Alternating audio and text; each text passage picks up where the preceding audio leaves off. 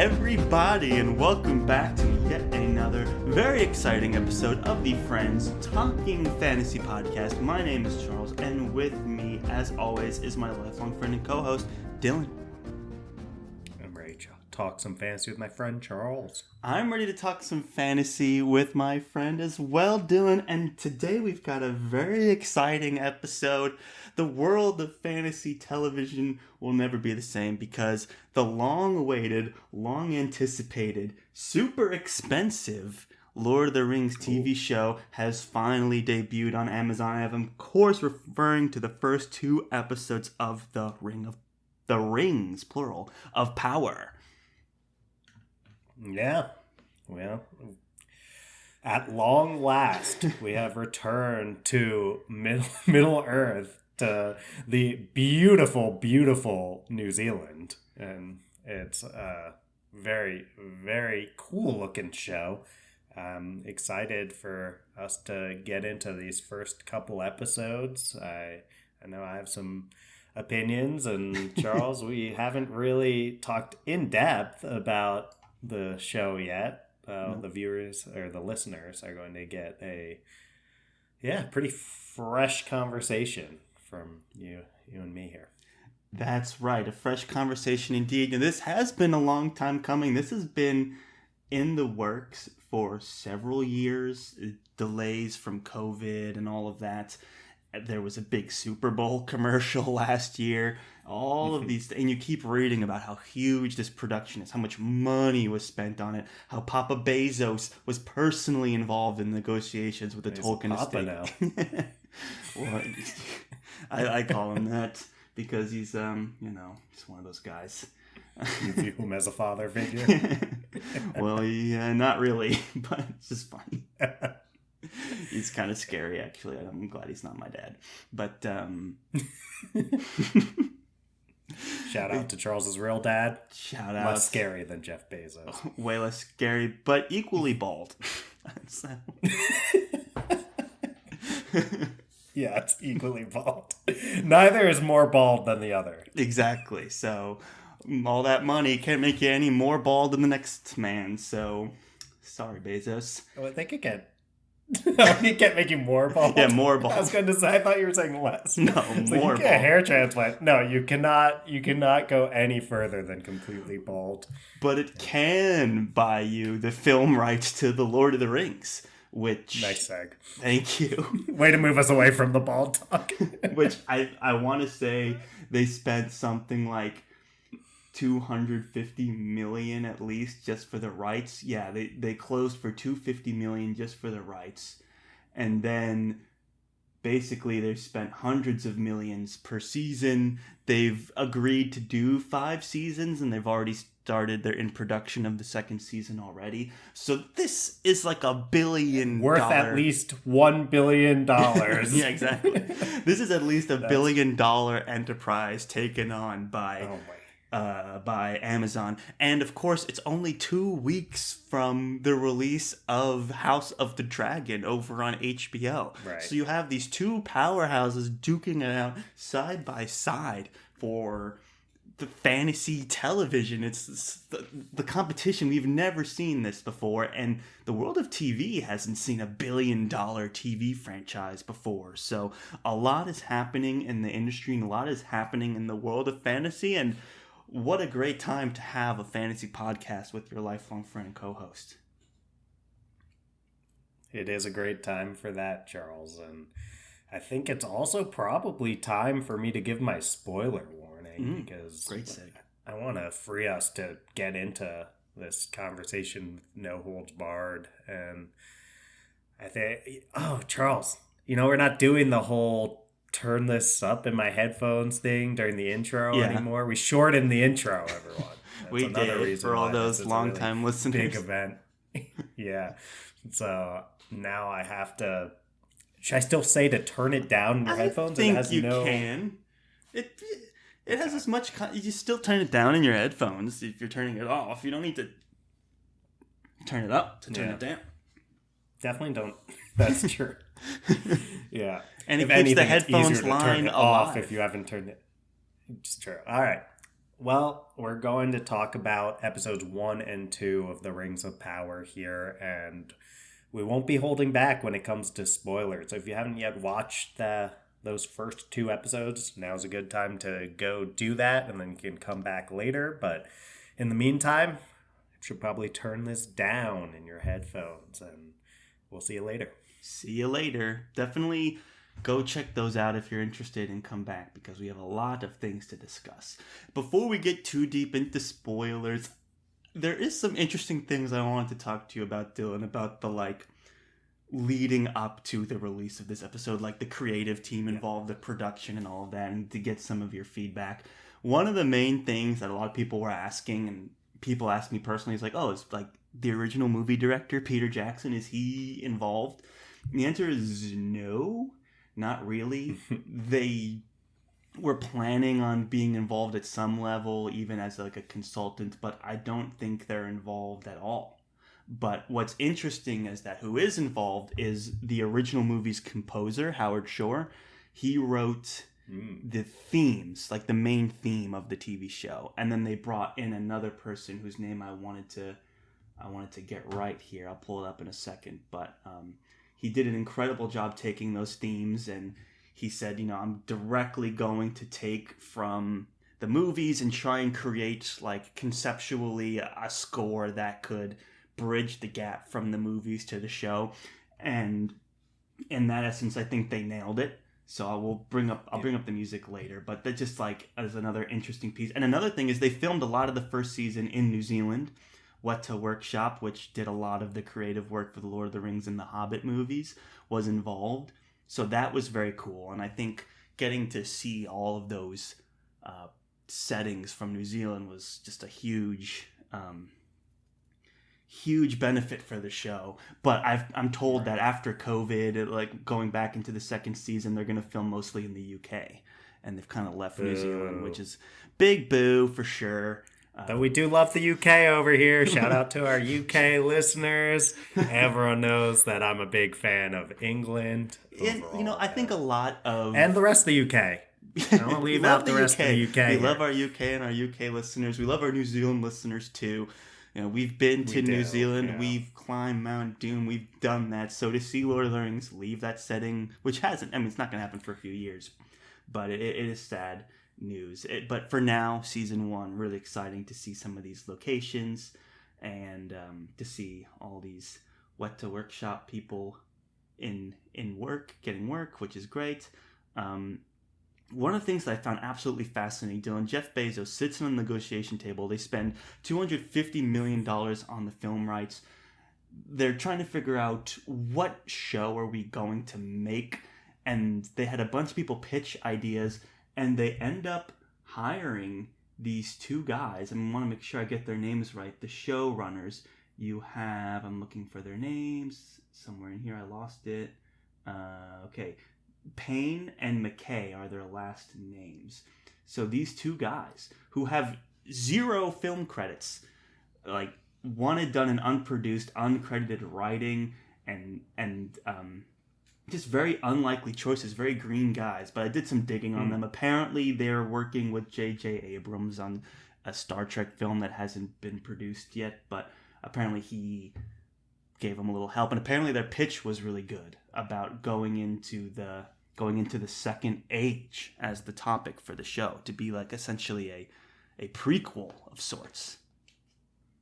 Yeah, and it's interesting from a prequel perspective where we are thousands of years in the past from the Lord of the Rings world that we're familiar with from the movies. And I think that's going to help it not have the same degree of prequel problems that we see in things like Star Wars, the Star Wars prequels were very confined by certain events that really had to happen because they lead right into episodes 4, 5, and 6. And we also have House of the Dragon, like you mentioned earlier, and you can see them. They're doing a great job of it, but you can see them trying to navigate around some of the things. They're only 200 years before, right? Yeah, and with characters that are pretty direct, a direct line to some very important characters in terms of the Targaryens, but I digress. Point is, I think that saying it thousands of years in the past in a time that's very unfamiliar to everyone but the most Tolkien scholarly of the fans of The Lord of the Rings is a great choice. Yeah. And it's what's amazing about the world of Middle Earth and Tolkien's expanded universe, for lack of a better way of describing it, or his legendarium, right? Mm-hmm. That's what it's called. So then, shout out to Legendarium Podcast. But yeah, so the benefit of that is we can still go all the way back, and then we have these familiar characters like Galadriel, Elrond, Sauron. so it's Sauron, of course, Elrond, and possibly others, right? So it is interesting. It's a great balance. I understand why this pitch was so popular among Bezos and his cronies. So for sure. Bezos taking some shots on our pod today. He can handle it. But yeah, he definitely can, and I don't think he's listening. But they can sponsor. Right, yeah. If Amazon Prime wants to sponsor the Friends Talking Fantasy podcast, I promise we'll suddenly grow a lot kinder to Jeff Bezos. Daddy Bezos get a little allowance money. Come on, it would be a pittance to what they spent on all this other fantasy content. Audible. It's a natural acquisition, honestly. Right. Anyway, point being, it is interesting that they grab these two guys who don't have a lot of experience. You'd think they'd want to go very safe with something like this. I mean, if I was putting $1 billion of my dollars down, yeah, which I'll have once we get sponsored by Amazon Prime, then I would want to do something extremely safe. I would want to pick people who have a lot of experience. So it's pretty shocking to me. They must have really given the hard sell. Right. And a lot of what I've seen is there's a lot of creative freedom for these particular shows, and like the composers and even a lot of the actors are actors I've never seen before. So I do like the idea of getting some fresh talent involved, and I think that's really the best way, because when you think of like, even to go back to Star Wars, like that original film, that was all fresh talent, and it just kicked off this whole new thing. So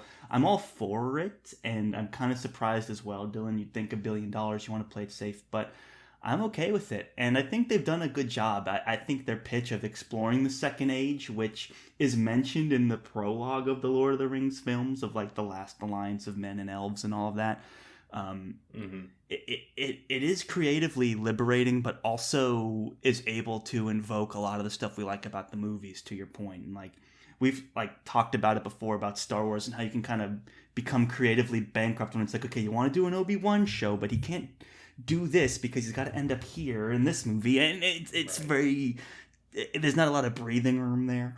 But with this, you're able to go back 2,000 years, and that opens up a whole new cast of characters. So super excited to get into this whole new world, and the fact that we have like familiar faces like Galadriel, Elrond, Sauron. It's like a really sensible blend of the familiar with a whole new narrative, and the story can go anywhere. That's the thing I like about it. It's like, yeah, we know the story of Lord of the Rings 1,000 years later, but the story now with these characters could go in any direction. So super excited about all of that. You know, it's interesting, Dylan. I've read articles where David Benioff and D.B. Weiss, the creators of Game of Thrones, were in discussions for doing some Lord of the Rings stuff. I mean, at the time, they were holding court with everyone, right? With Star Wars and Amazon. Wars. They eventually, like, baited Disney to land a deal at Netflix. And I don't even know what happened to that deal. But it's kind of persona non grata in a lot of areas after the way Game of Thrones ended, which, I mean, yeah, Charles, I know you and I, we also have some negative thoughts on the end of Game of Thrones, but we feel pretty positive about what Benioff and Weiss were able to do for years and years. Like, they clearly showed. I would have watched like an Benioff and Weiss Lord of the Rings vehicle, absolutely. Yeah, they just I get In why terms they of the didn't go public that way. perception, though, Like, I'm yeah. fine with them not being involved, don't get me wrong. Right.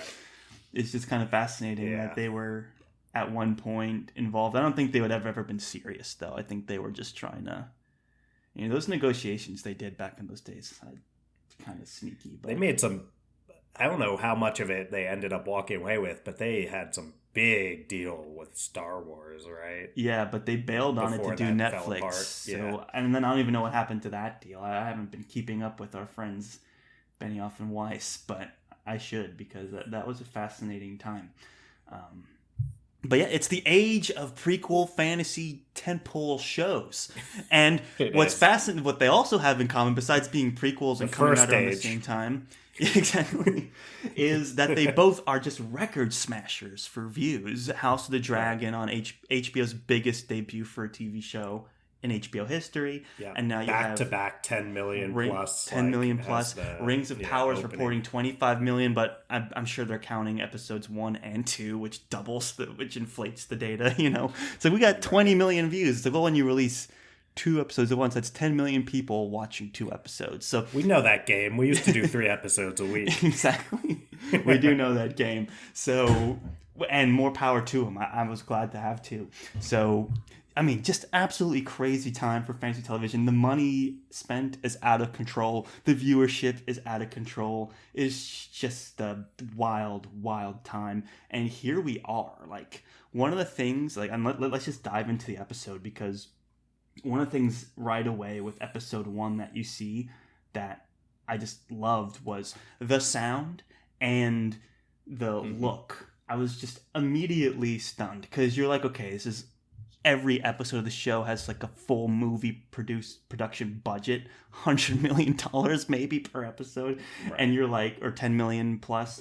And you're like, still, when you compare it to something like Game of Thrones, which also has a big budget, it sticks out. They did a really good job of like bridging that, like making it feel like an extension of Peter Jackson's movies while also being a new thing. I thought it looked fantastic.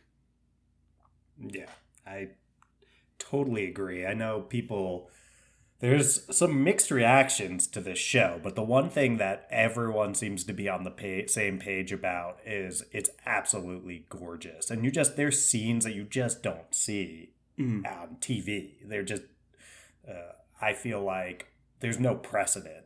I mean, this is jumping to the second episode a little bit, but there's that scene with the sea monster.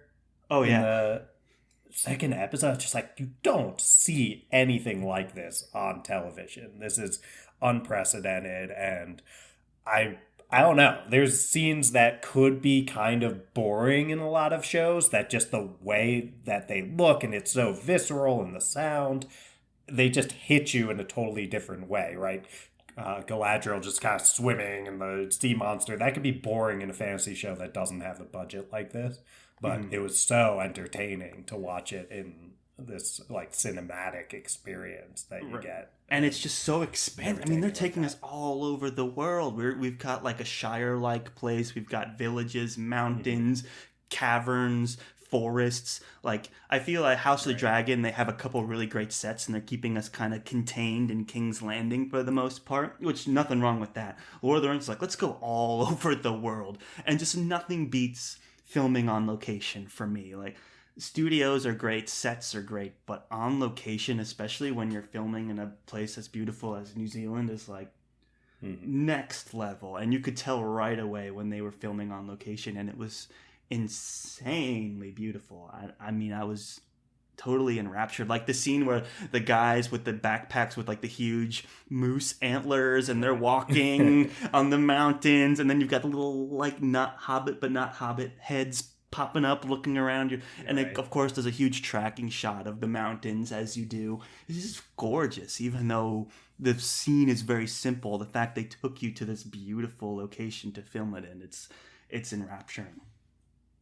Yeah, this is an experience I've never had before, watching a show where I'm usually very character focused and that kind of stuff. But I'll just kind of, while scenes are going out on, I just find myself looking at the background. Have you found yourself doing that at all, Charles? I'm like, oh yeah, there's people in the foreground. Like, I was having an important conversation entertained right by the production value more than the story or the characters by a long shot, and we can get more into that. But I was like, man, those are real mountains. That's a real plain. That's really a location. It looks fake. It's so nice. It's like it looks. I mean, obviously, it looks very real, but it looks almost like I can't believe those things exist. Exactly. And when you accompany that with like a real score, that's another thing that I cannot praise enough. I feel like so much now with movies and TV, people kind of phone in the music.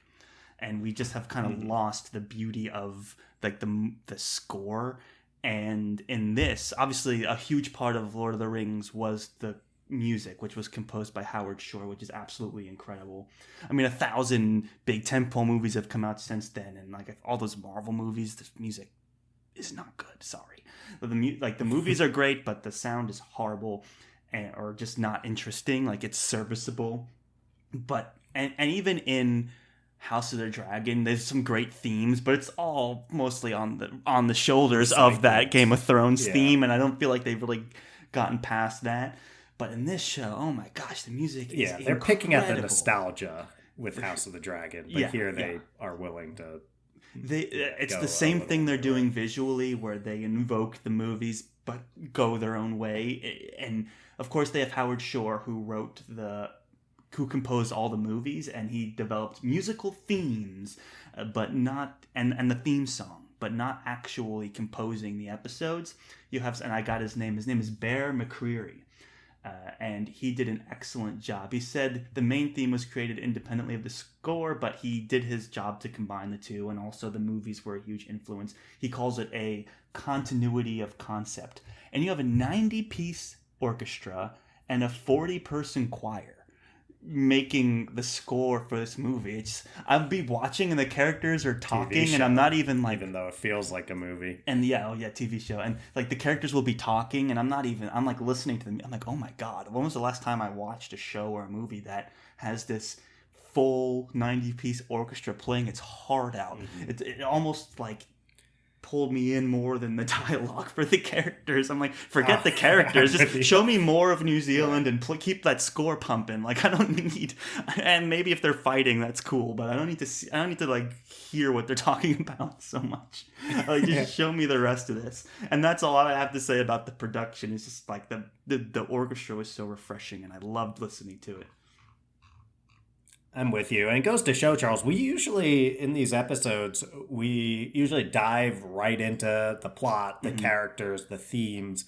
But we're over 20 minutes into this episode, and we're still focused on things that are more relevant to the production of the show. And I think that is telling about the show and what sticks out about the strengths of the show. I mean, the fact that they've gotten over $1 billion commitment to this thing, and you can see where a lot of that money went, right? They're trying to make this thing look and sound absolutely gorgeous, and they succeeded. It's a triumph in terms of separating itself from all other fantasy TV in those senses. So if those are things that you are high priority for you when watching a show, then it's going to be an absolutely great fit for you.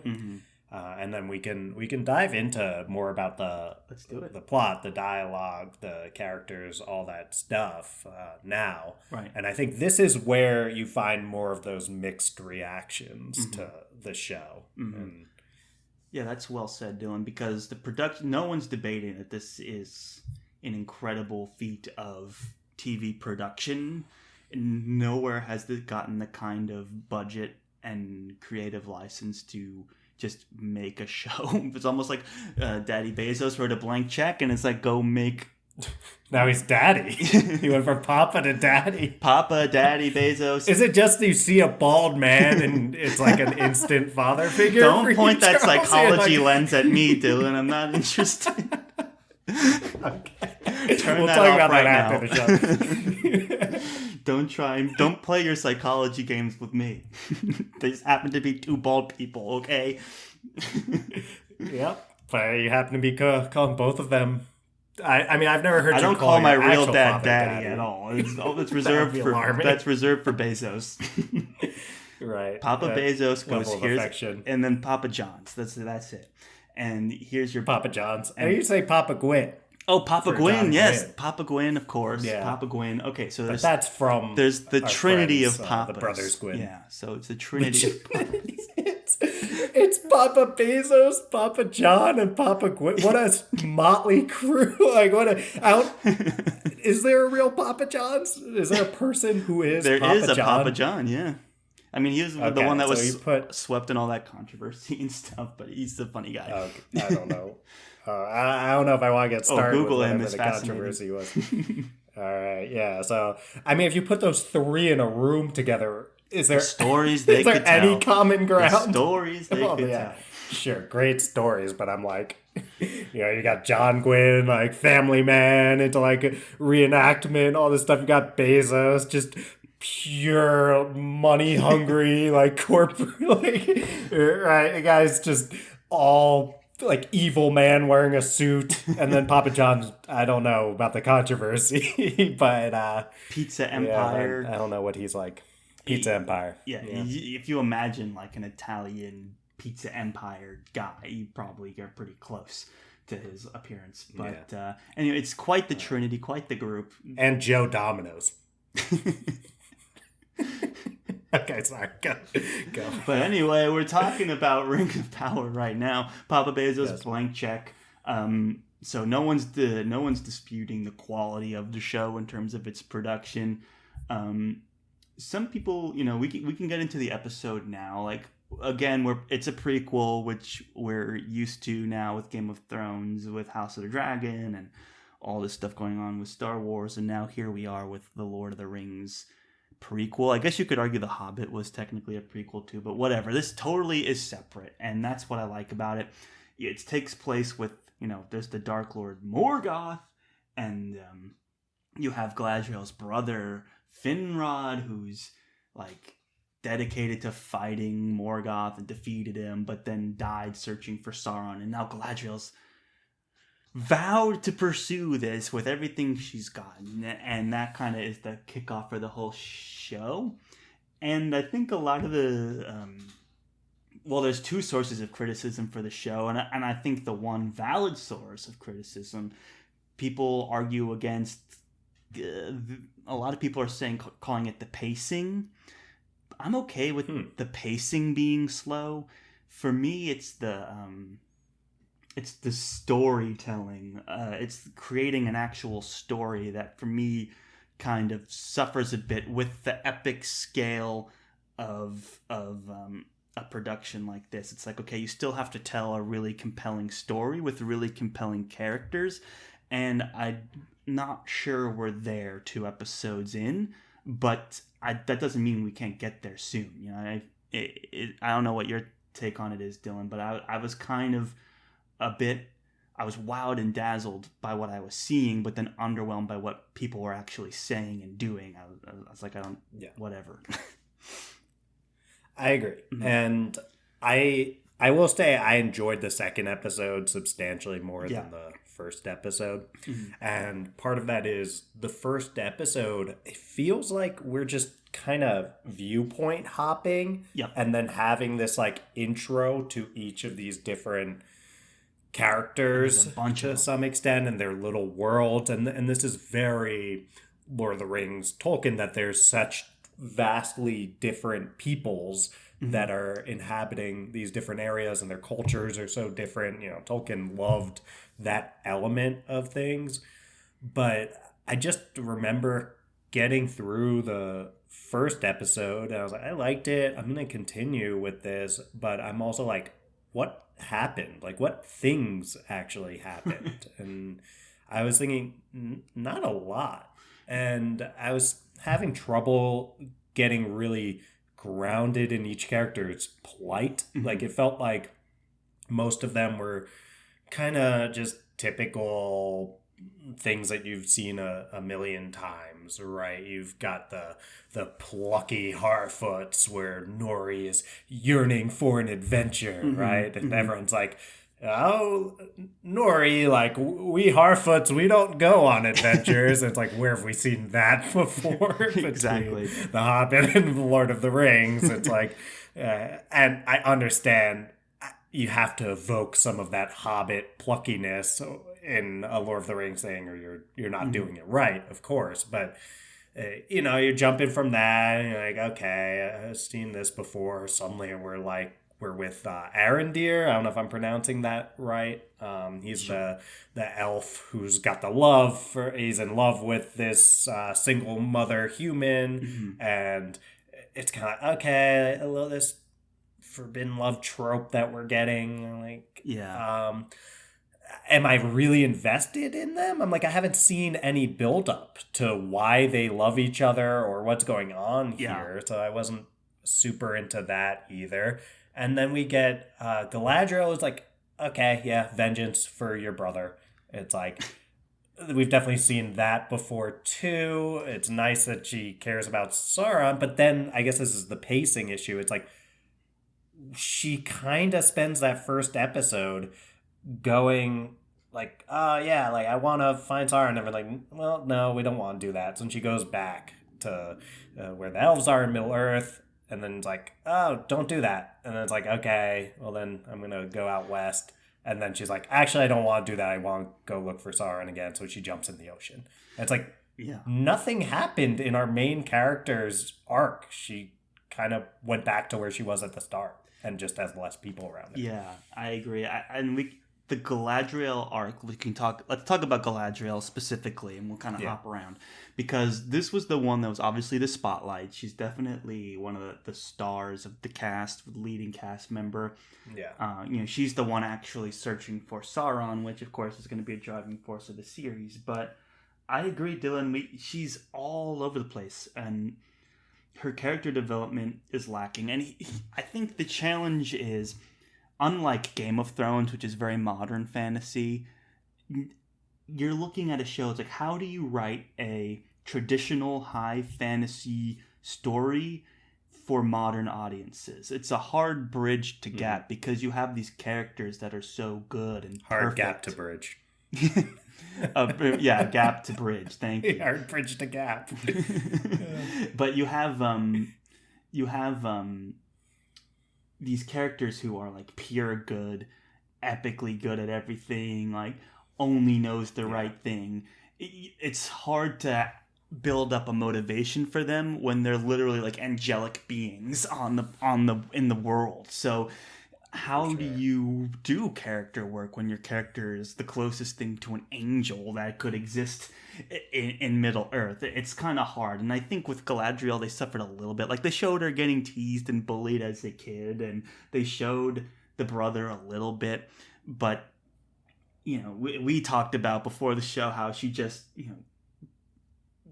she's with her crew searching for clues of Sauron, and everyone's being like, we have to leave, we're all leaving now. And then they get attacked by a troll, and she just one-shots it and then finds the thing, and she's like, I proved you all wrong, and I killed this troll single-handedly in 2 seconds. And then it's like, right, okay, I guess. Like, I would have loved to have seen more of this troll attack, but I guess you're a badass, and that's fine. But I'm left being kind of underwhelmed. And this was the same, like, for example, I watched recently the movie Prey on Hulu, which is that Predator movie, but it's the lead cast member is this Native American woman who takes on the Predator. And that is a great example of how someone like progresses and develops skills and develops conflict and is actually able to take on a predator with like 1700s level technology, and she got the crap kicked out of her and all this other stuff. Galadriel's just killing trolls right off the gate with no problem and bossing everyone around, even bossing the king around. And that was the thing about the king that bothered me too, is we don't understand why the king is so determined to not pursue Sauron, really, and why Galadriel is the only person in all of elf kind who cares about Sauron. I felt like that was a little pigeonholed. Like, she needs to be the only voice of reason in this whole world. I don't know. I think they just relied on that a little too heavily, and the character of Galadriel kind of was a bit tropey and pigeonholed as a result of this, like, I'm great at everything, and I'm right, and I'm convicted, and nothing can stop me because my brother died. And it's like, okay, like, whatever. It's like no one else lost a brother. It's like there's that scene where she's just stacking the helmet on all these other helmets. Yeah, exactly. And it's like, I feel like a lot of people lost some siblings in this mix. Like, you'd think there would be at least a few other elves that are like, United I too feel this sense of wanting revenge. And they're like, we won. We found nothing for 100 years. We won. It's like, what? What happened that made you think you won? If anything, you found clues that there's more work to do. So, and you could maybe say the king is just trying to suppress that to keep the peace, which I don't think that was explored too much. There was some dialogue where he's like, things are good and they've been good for a long time. Why shake the tree? Rock the boat. Yeah, why rock the boat? Rock the boat is a better example. Why rock the boat when you could sail west into Valinor? Plus, it has some of that sailing west to it. I just said sail west to Valinor, where they can live an eternal life in peace. So it's like, wow, I'm telling you. That does sound nice. Doesn't it sound great? I mean, spoiler alert for Lord of the Rings, but that was kind of the end goal for that movie too. It's like sailing into the West. It's a big deal. And she, right at the first episode, had the opportunity to do that. But she had unfinished business, which, sailing against the current, I guess, like you said, Dylan, I find it so hard to believe she'd be the only one. And as much as the show took its time showing us everybody and not really identifying like the driving force of the plot, which is great, which is fine, House of the Dragon is just as slow pacing wise. I think we're 2 episodes in, and I don't know, and like not too much has happened. Like, we don't really know what the inciting incident is going to be yet. Like, we know it's going to happen, but it hasn't happened yet. This is slower, but not that much slower. I don't think. I kind of disagree, but we let's hear it. Well, yeah, I just think that it's a lot clearer the direction that the show is going with House of the Dragon, even from the first episode. The table's set and you see where the tension is, and there's multiple facets to which characters are moving in which ways, and it's like everything's established, even if we haven't really had the for our clean rating, I'll say the crap hit the fan yet in that show. You know what everyone wants, you know where everyone's kind of trying to move in House of the Dragon, and then in at least one episode in, besides Galadriel's like, I want to fight Sauron, it's like, what is even going on with most of these characters? Right? And I'll also say a thing that this is maybe more relevant to our conversation about the Rings of Power and compare and contrasting it with House of the Dragon, which inevitably, like, everyone's doing. How can you not? They're coming out at the same time. It's like a direct competition. Yeah. I will say that House of the Dragon, I think it's got a lot more, how do you say this? It's got a lot more things that are happening that are water cooler talk the next day. That's how I feel, right? And say what you want about I won't get into spoilers of what exactly happens here, but there's a birthing scene that I'd be shocked if you're listening to this podcast and you haven't at least heard of that birthing scene in House of the Dragon. It was very controversial. Say what you want about it, right? I think there's a lot of valid opinions all across the board about it, but everyone was talking about that the next day. And there's political intrigue, you've got lines of secession and claims to thrones and things like that, which... What's the intrigue here? It's like, obviously Sauron is alive and doing evil things. Like, Galadriel's right. We know this. This is not a controversy. But it's like, man, wasn't that cool when she one-shotted that troll? Or, I mean, there were some cool things that happened, but it's not the same amount of character work that has been done with the characters in another show like House of the Dragon, for sure. Yeah. And, you were talking about you were talking about the other elf, what is his name? Arondir, and his relationship with the human healer Bronwyn, Bronwyn, Bronwyn, Sure. and Bronwyn. I mean that's also what a trope you can recognize of, like, you know, the elves are not exactly appreciated by humankind at this stage. There's this kind of forbidden love thing brewing, which you're like, okay, and he's another one who's kind of prejudiced against him, but he's going to go against the grain anyway. It's like, okay, that's fine. It's not exactly Romeo and Juliet over there. It's not quite at that Shakespearean they have unspoken level. feelings for each other, right? And it got to that point towards the end where it's like, why are you here? And it's like, hey, we'll talk about it later. You know, it's like they had that almost moment to have the talk, but they chose not to. And we'll talk. So, whatever. And then you have the kind of interesting thing with the healer's son who found the broken sword bearing Sauron's mark, which is kind of interesting. And then you had that orc attack, which was kind of cool. I had to check the credits because I was like, I've never seen an orc like that in my life. So I looked at the casting credits. It's called a digger orc. Interesting. Orc. I just love the mask. I was like, that's so creepy. And the fact that it had like longer arms was kind of creepy too. Yeah, right. It had that scene where I feel like that's a cool kind of scene. We've seen that before, but where like someone's like hiding in the closet and they can kind of see parts of the the creature or whatever. Because I think this is just a kind of monster trope in horror movies and stuff too, but one that works. Trope, I don't mean it as a bad thing inherently. No, it was shot well. Tropes exist for a reason. One that works really well is, once you see the full monster, it's actually less scary, no matter how creepy the thing looks, than it is when you're just catching pieces of it. Like I think of Cloverfield, right?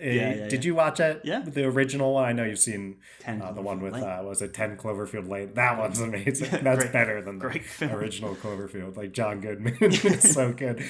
But in the original one, it's like shaky camera style. It was one of the first ones to start using that. And you would just catch bits and pieces of what the monster was looking like for almost the whole movie. And that made it way, way more scary than when you see the whole thing. I think that's just monsters in general. And I love how they played that, like she's just looking through a sliver and then you see those like almost talon like spindly arms, and then still even when she gets out it's like wearing the mask, so you still don't completely know what it looks like. And I'm like, that is freaky. And the score was great. So score was great. I well that shot. Scene. That was one of my favorite scenes. They're not fighters and they're taking on an orc. Yes.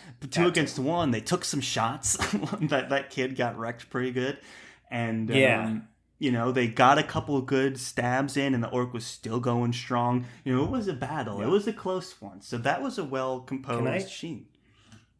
Yes, and I think it's a great one now that we're talking about how they took a few hits and stuff to contrast why it worked a lot better than the first scene with the snow troll, right? Because it's just boring when someone goes up and they're just like, look at me, I'm a badass, and Galadriel, just like you said, kills the troll in 2 seconds. And all it serves to do is it just makes her look almost overpowered, where it takes away the stakes. And it also makes it makes all her elf companions just look like losers, and the snow troll kind of look non-threatening and all of that. Meanwhile, you take this obviously way weaker, smaller creature in this digger orc, and you make it kind of a mismatch for the people who are not fighters around it. And you make it this scene where, everyone feels like they're really fighting for their life and people are actually taking hits. And it's much easier to ground yourself in a character that is struggling, and the tension's so much higher. Right. And it's such a less powerful creature that they're taking on, Exactly. but it seems more threatening than the snow troll ever did. Exactly. So that was a brilliantly done scene. And Agreed. It was a great matchup and a great well shot scene. And then you have the scene where she's dropping the head in front of everyone in the bar and being like, time to move. It's like, okay, now that is a boss move. Like, badass. Yes, sure, Galadriel is a boss too, but she didn't do anything, even though all of her accomplishments are at a much higher scale than killing one orc. The amount of badassery going on is way higher with this human healer than it was with Galadriel because of the struggle that she did, and then the fact that she was able to command that kind of respect in the room with just a mic drop, but in this case it's an orc head drop. Oh yeah. and then she's like, let's go. So that was a fun, inciting incident. And I have to say, like, those early scenes in the first episode where Galadriel's brother Finrod is fighting the orcs, such a cool scene. I want to see more orc battles. Those practical effects bring me back to the movies. Mm-hmm. You just can't recreate that digitally. So to see like practical effect orcs fighting a guy, even if it was for like 2 seconds, I was like, ooh, I want more of that. More please. And we got a little bit of that in the second episode with the digger orc, and I'm assuming we're going to get way more. So super excited about that.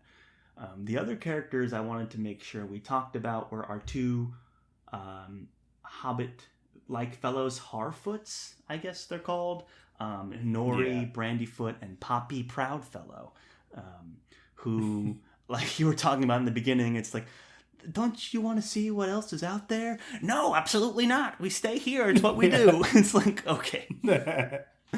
I mean, fine. That's where some of the dialogue was not the strongest. And I think she was talking to her mom, I think it was, about how she wants how she wants to go on an adventure. And the mom just goes through, and she's like, the elves have to deal with this problem, and the dwarves have to deal with this problem, and the men have to deal with this problem, you know? Like, she goes through each of the different plights of all the, like, different main races of Middle-earth, and I'm like, who would ever talk like that? Like, who would be like, oh, God, like, I need to get in every single race? It's like, it felt very... Yeah. For lack of, it was like you can't be small, simple-minded, humble creatures and also knowledgeable of every race. Like, exactly, it was yeah, and it just felt very like, for lack of a better word, it felt very much like a script. It's like not like two characters talking about things in the way they would. So much of this was so dialogue heavy with lore stuff and like, we're in this age, and these characters, and this made-up word, and that made-up word. And, you know, I'm like, oh, this dialogue's kind of clunky a lot of the time. And then there's a lot of this voiceover stuff. It's like, and then there was this age where these people did these things, and you're like, okay, cool. Let's get back to the stuff, because this is an interesting like group of people. It's like the precursor to hobbits. You know, you're 2,000 years before. And you kind of... So hobbits just don't exist in this age is what's going on, Charles? I am not as well brushed up on the lore as I'm sure many of our listeners are, but I believe so. These are like the precursors to hobbits, is my guess, because they have the hairy feet. I mean, if there were hobbits, you have to think the hobbits would be featured in this show. Yeah. I just can't imagine Lord of the Rings passing up the opportunity to have hobbits if they could have justified it without pissing off all the Tolkien fans. Right. And I think this is their way of doing that. It definitely had that vibe. And there's a lot of fun stuff you can do. They're indistinguishable from hobbits for the average viewer, basically. Exactly. And to me, they might as well be hobbits. You could even play up the fact that they're like the precursor to hobbits, and maybe they're more like, I'm not coming up with the right word, but maybe they're more like wild or naive or primitive or whatever. And they could have that idea of like, we are lucky to be alive. Anything can kill us. Anything. So we have to stick together. And, you know, you could have had those stakes. Like, they're hiding from the moose guys, and that's, you know, fine. but not a real threat. And then there was a wolf that they were like, oop, there's a wolf, let's walk away. But there were some opportunities there to be like, if we don't stick together, like all we can do is survive because we're such a weaker, smaller race. What we have is our community, and then to have someone that wants to go against that would be a kind of a big deal. But the way they go about it, it's like, oh, you went past the perimeter and almost got eaten by a wolf, and then oh, you were not helping your father and he twisted his ankle. It's like, who cares? You telling me she was going to be able to hold up that giant pole by herself? Like one more person would have made the difference there. Like, and you're trying to tell me that that's something that's interesting that I should care about? Like, it's just not going to happen. I'm sorry. This is not interesting. Like, who cares about her dad's ankle? And we don't even know that character. It's like, can he walk? It's like, who cares? Who cares if he can walk or not? Like, not me. I just think and that's something that I think this show, especially in the first episode, struggles some with. It's just, it wants you to care about characters that it just has not really given you enough of their story, their plight, to actually get you invested in them. Like, it just wants you to care that this character, I'm like I barely recognized that was her dad until they were like, hey, Nori, like, your dad hurt his ankle. And it's like, oh, yeah, okay. It's like, I don't really care that much about Nori's dad. I'm just starting to care about Nori. Right. You know? And it's tough. And I think you make a great point, and one that I didn't really think about before you were talking about it was this idea that you could have done a much better job of showing how vulnerable the Harfoots are. Right. And how in this world with snow trolls and orcs and all this stuff, that even a person is such a huge threat. Right. Even a human is such a huge threat to these small folk, where, I mean, even something like, instead of just catching a glimpse of a wolf, like even just a dog, right? Even just a normal sized dog, if it had a bad disposition, could be a huge threat to these Harfoots. Or even like our whole thing if you just had a scene. Right.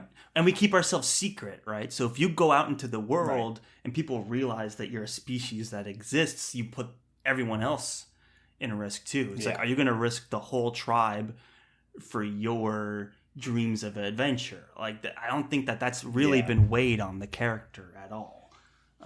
No, and it's a great point, because it's like, I just found myself in this typical, like, oh my, like, everyone is telling this person not to go on an adventure. They want to go on an adventure. They should just go on an adventure. Exactly. And this is what they're going to do anyway. And I actually want these people to stop annoying Nori about not going on adventures. Just let her go.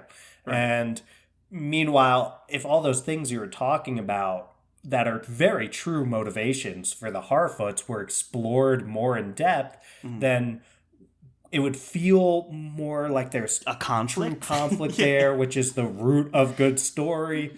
And we'd also get this moment when she meets the stranger where we'd be like, oh, wow, she's taking a huge risk by meeting and trying to help this meteor man.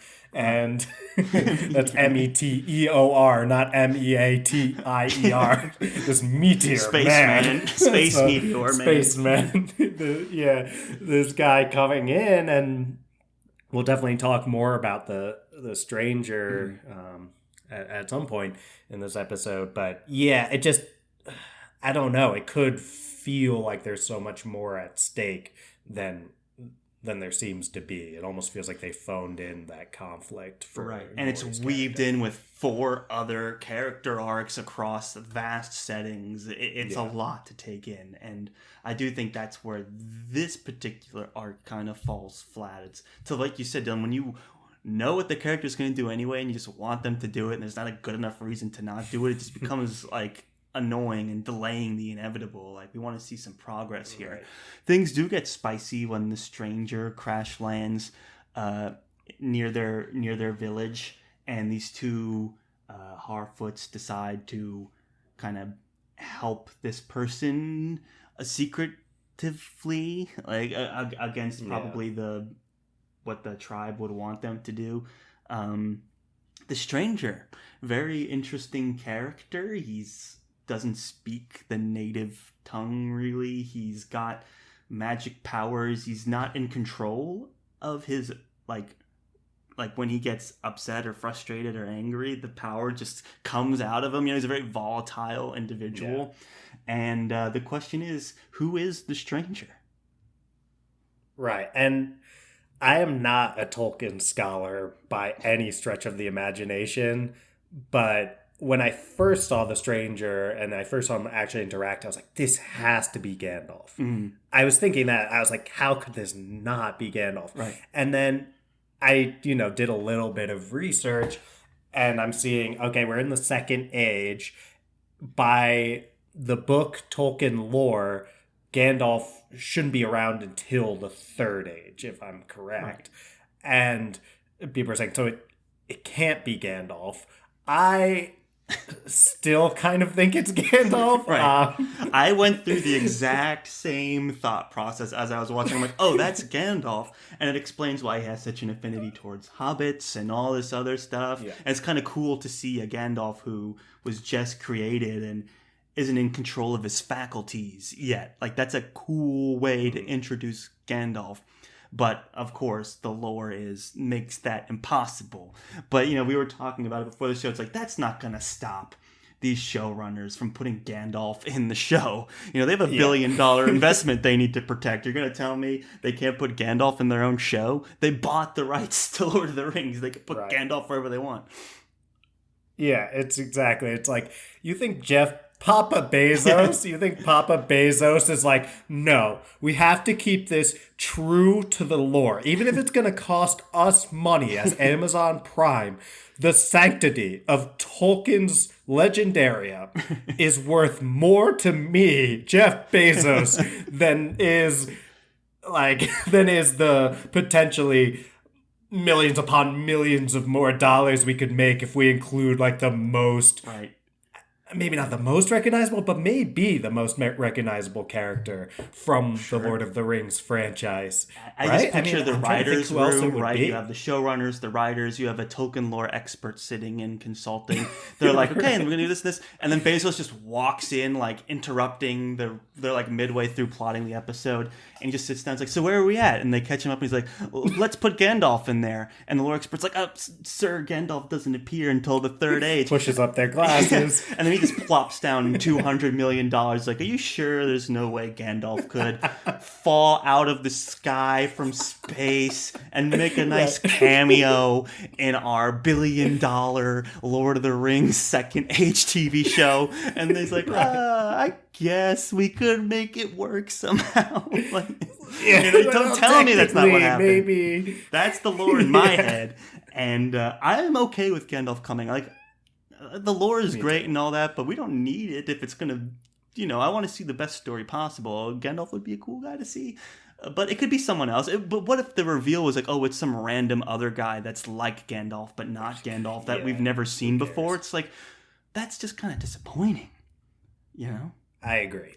Yeah. And, okay, of those... what'd you say, 25 million people who watched this premiere of 2 episodes, or whatever, probably half 12.5 million who watched who watched both episodes, whatever. Point being, what percentage of them even have gone to this point where they looked it up and they were like, oh, actually it's not supposed to be Gandalf, it's supposed to, because there's only 2 ages that have gone by, blah, blah, blah. It's like, I think even that's a small percentage. And then we go to an even smaller percentage. Sorry, big Tolkien fans, but you're a much smaller percentage here that actually care enough about the fact that Gandalf shouldn't come until the Third Age, where they would be upset that this is Gandalf. Right. Tiny fraction of the 12.5 million folks or whatever who are watching this, and I'm sorry, Bezos and Amazon Prime, they just don't care that much about what you think. They really don't. They need to recoup their $1 billion. Right. But I could do that with, and it's some stranger from the lore. That's the reveal. It's like, it just turns out that that history we knew about I was Gandalf thinking of alternatives, correct. though. It could be Saruman. It could be Sauron. Too, what if it's Sauron? Experiment gone wrong, spiral out of control. Sure. Here's what I think. Sauron can be interesting. Gandalf is our, Vegas odds leader. He's my lead. Who it's going to be. Sure. Right. Saruman just doesn't really do it for me here. Radagast the Brown. Don't find that as... What's that? Radagast the Brown, for you lore fans. He's like a Gandalf type. Tom Bombadil. Tom Bombadil could be is Tommy a deep cut. Like if you put down some money on Tom Bombadil in Vegas and it turns out it is Tom Bombadil, you're making bank because he's a deep cut underdog, dark horse in this mix. Right. So that's a possibility, but I do think that it's way more likely it's Gandalf or Sauron. That's my big guess. And if I really think it's Gandalf. Me too. And Sauron would be interesting and just different because you can he seems like he's supposed to be a good guy. And right? It's, he exactly. Came down. And also it teaches Harfoot the lesson of look what you did. You aided and abetted the Dark Lord Sauron. I don't know if the show would go there. Yeah, it feels like House of the Dragon would do that, but it doesn't feel like Rings of Power would do something like that. I think they're probably going to play it more by the book. And it's basically just another version of Gandalf taking a hobbit-like creature on an adventure. And that is familiar, and that is safe, and that is the kind of thing that you are willing to invest over $1 billion in. Exactly. And speaking of investing $1 billion, how about those scenes in Khazad-dûm? Huh? I think the last group of people we need to talk about is Elrond and the dwarf prince Durin, because those were the last big arc is Elrond, right? The king is having him work with the Ringmaker, and they need to power some kind of engine or build an engine or whatever. And it's like, oh, I'm buddy with the dwarves. Let's go there. They have what we need. And then the dwarf is like, where have you been for 20 years? I don't like you anymore. And it's kind of interesting to see them go into Khazad-dûm, which we know is the Mines of Moria from Lord of the Rings, right? Which has been abandoned. But it's cool to see it in its prime. And I enjoyed watching the stone smashing scenes. Scenes like that are always great for character and lore development. More scenes like that, you could argue, are slow paced and don't service the plot, but they're great character work, and they're great to show what these dwarves value and what they're like and how they hold up and all of that. So it's just kind of fun to see them cheering. All they're doing is smashing a rock and smash the rock. I love it. Yeah, it was one of the better scenes of these two episodes. I totally agree. I love that scene. And I also, when Elrond went in there, just coming off of knowing what happened to that poor snow troll, right? Right. Justice for snow troll. Justice for the snow troll, huh? Interesting. Right. Yeah, I want justice. It went down way too easy. The snow troll's sister is going to go on a vengeance quest to kill Galadriel. It's like, remember me? It's like, I don't even know who you are. Right. You killed my snow troll brother. That was that day changed my life. And Galadriel's like, for me, that was just Tuesday. So it's so anyway, knowing what happened to the snow troll, #justice for snow troll, I was like, please don't let Elrond beat this dwarven prince in a rock smashing contest. It's like, that would betray everything that we're supposed to know about just the Lord of the Rings world. And I was glad that Durin kicked his butt in the rocks. I was like, okay, great. Thank you. And he was still raring to go. He's like, I can smash so much more rocks. You have no idea, Elrond. But awesome scene. It was so great seeing inside. And I'll also say that this is something I think is one of the cooler things about the Lord of the Rings world where you have these giant age discrepancies and how long the different races live, where you can... I like the drama that's caused by that. I like the drama that's caused by Elrond being like, "Oh, it was just 20 years, bro. Like, That's it's like like I nothing just to saw me." you yesterday." Yeah, and then Durin being like, "Dude, in the I got last 20 years, married. I got married. You didn't come to the wedding. Uh-huh. Like, I had kids. You've never met them. Mhm. You can't just come back in here because you're this elf who lives ridiculously long and act like that was nothing, because that meant a lot to me, and Right. not seeing you at And my he's showing up wedding because and he all this wants stuff." something. And right. Mm. Yeah. It's so I love that. I think that's one of the coolest things that you can play on in these Lord of the Rings worlds, is the differences in perspective, especially of time, between these different races. So I'm always happy when they start to use that as a way to create drama. It worked extremely well because I was bought in, especially with Durin's idea of like, dude, you can't just come by here now that you want something and you've missed all these things in my life and act like we're still buddy. And I kind of also can see Elrond's perspective where he just can't really understand. Yeah, he's an the idea of 20 immortal years being a being. lot. It's like Right. he's, thousands of years old, or is going to be, or whatever. It's like, what's 20 years is like a nap. But it's a good perspective for him. And you have the wife character who is kind of that, like, come on. She like, was great. You're going to, like, get all worked up over nothing. It's like, your friend is here now. Let's have a good time. Stay for dinner. All that stuff. It was some of the best character work is done with these characters. Because, the prince is such a fun character to just, like, you have a stubborn, loud guy. It's just kind of funny. And... he evokes some Gimli vibes. Yeah, of course. It's just the dwarf nature, right? Right? It's just the nature of dwarves. And then you have the wife trying to talk some sense, and then you've got Elrond, who's just kind of like this immortal being, not sure what to do from like being polite in a social setting at the dinner table. And yeah, it was a good time. Yeah, I agree. That was some of the best character work, and I thought that, what was her name? Let's see if I can find it. Disa? Disa, yeah, Disa. Okay. And she was a really great actress. We've felt never like seen she just, a female dwarf took before, over. too, so this was quite impressive, too. She took over that scene, and I just love her telling the story of how he kept showing up to, like, what was it, like, we're just doing some mining or whatever, and he just kept showing up, and it was beneath his purview. And it's like, and then he came to the next one, and then he came to the one after that, and then he came to the one after that. Just, it took 5 weeks for him to build up the courage to actually, like, court me. And he was like, it was 2 weeks. It was like 5 weeks. So I was like, that's good character work. It's like characters sitting enjoying, down, having dinner, talking, having fun. Right. Like, thank you. Can we have more of that, please?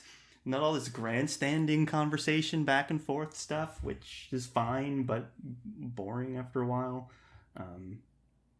We want more. Yeah. It's not just exposition. You don't actually have to know about the world, that it took all this time for him to finally court her, but it tells us about these characters and their relationships, and it just feels real and authentic. It's like finally letting the characters and the show breathe. That's one of the things that I feel about this show, and hopefully will continue to open up and move in that direction.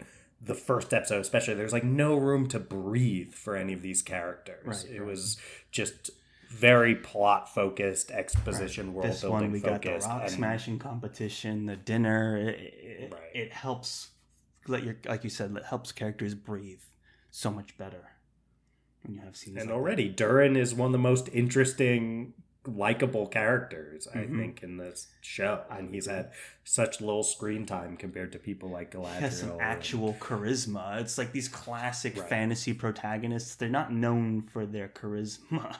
So it's like, how do you bring that in? Like, sure, Tolkien is about as classic of a source material as you can get, It's like, how do you bring some of that modern character work into a classic telling? And I think scenes like this, where the characters just having fun doing their thing, help a long ways. Like, can you imagine if we had a scene where that the elf Arendir and the human healer Bronwyn had to like have a meal or like have an actual compete conversation or something? Yeah, it's like, imagine how much more we would buy into their relationship if we were able to see some of that.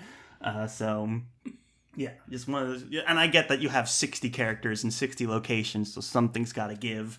That's more tropey. You can believe it faster, so let's keep it moving. I get that, but I think there's still some work to do developing most of these characters, and I'm very optimistic.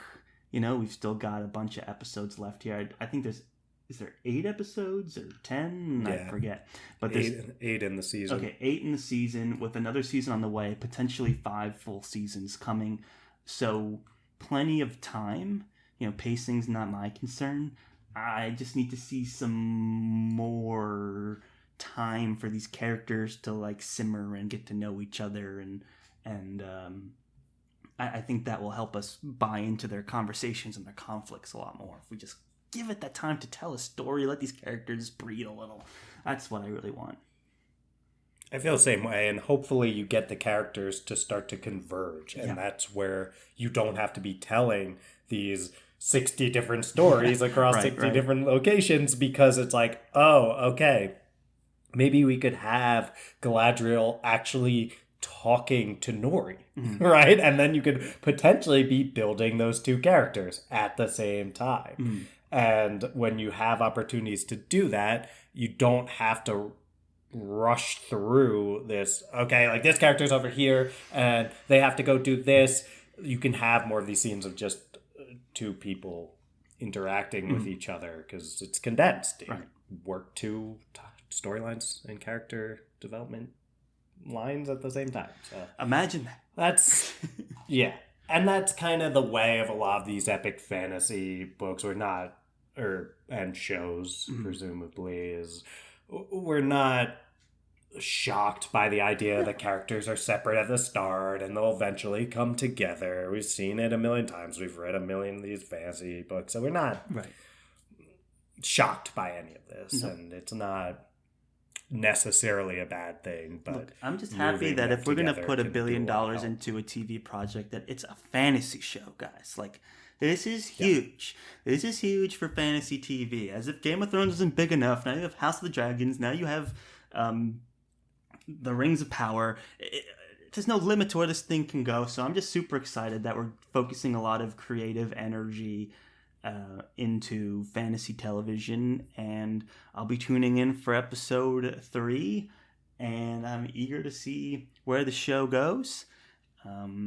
Lots of adventure still to be had, lots of intrigue still to be found, lots of strangers to be identified as potentially Gandalf, and I'm looking forward to all of it. Well said, Charles. I'm looking forward to it too. And you look around at fantasy TV, like you said, and now we're dealing with we've got Rings of Power and House of the Dragon. I would say those are the two premier shows, and we just saw them smash all these records.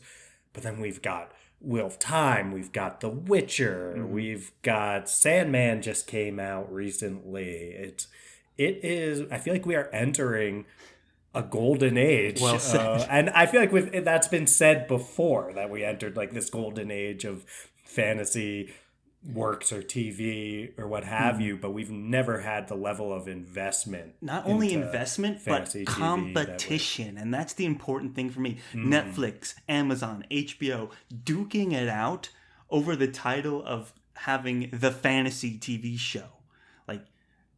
And whenever there's competition, we as viewers are going to win, because now everyone's motivated to make the greatest show they can.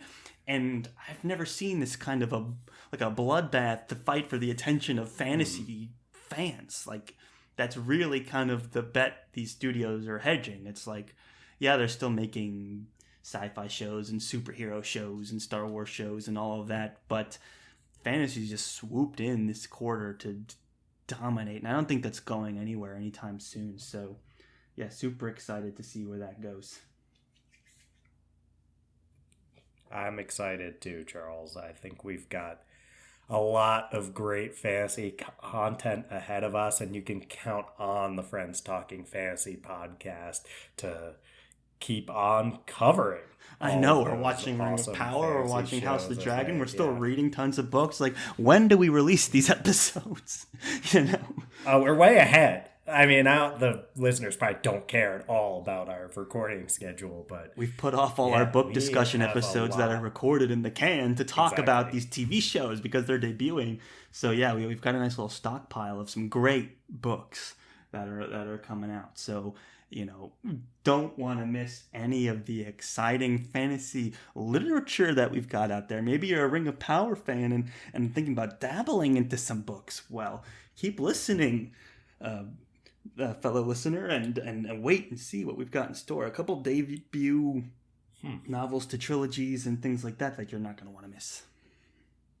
It could be kind of interesting, Charles, if we did an episode even for like, because I think there is that transition that a lot of that jump that people don't always make, where it's from, hey, I love Game of Thrones, I love House of the Dragon, best fantasy books for do I read TV show fans I think it's best fantasy or book recommendations for, we do one for Rings of Power and then we do one separately for House of the Dragon, right? Because I think that's a jump that you and I made way back. Yeah. Is one where the Game of Thrones TV show early on was a huge impact. Like Charles and I, we'd read fantasy some growing up, but what turned us into huge fantasy fans was making that leap from Game of Thrones fans to Song of Ice and Fire fans to fantasy as a genre. Exactly. And that's well said. I think a lot of people hopefully will be making that leap, and we'll see if we can play our own little part in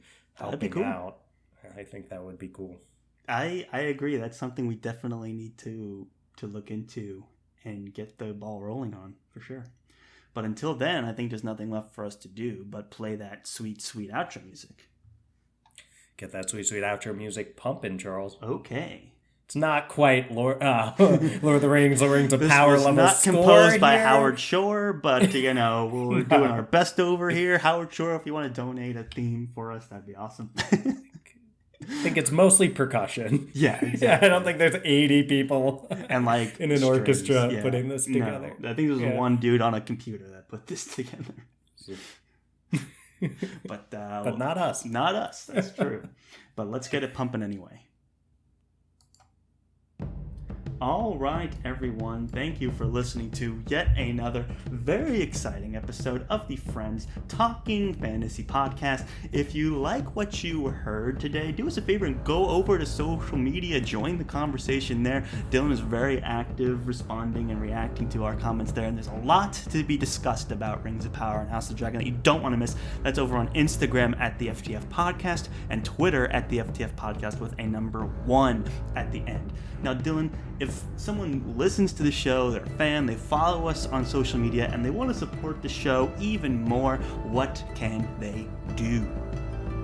Toss 5 stars to our podcast, and that goes out to you Spotify listeners now, because that is over half of our listenership. We know you all are out there, and some of you have been coming out and dropping those ratings, which we really appreciate. We really appreciate that.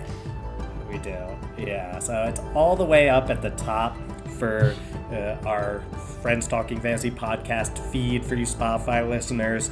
It's really easy. You're like 2 clicks away at any point from tossing us 5 stars, and it makes such a huge difference for us.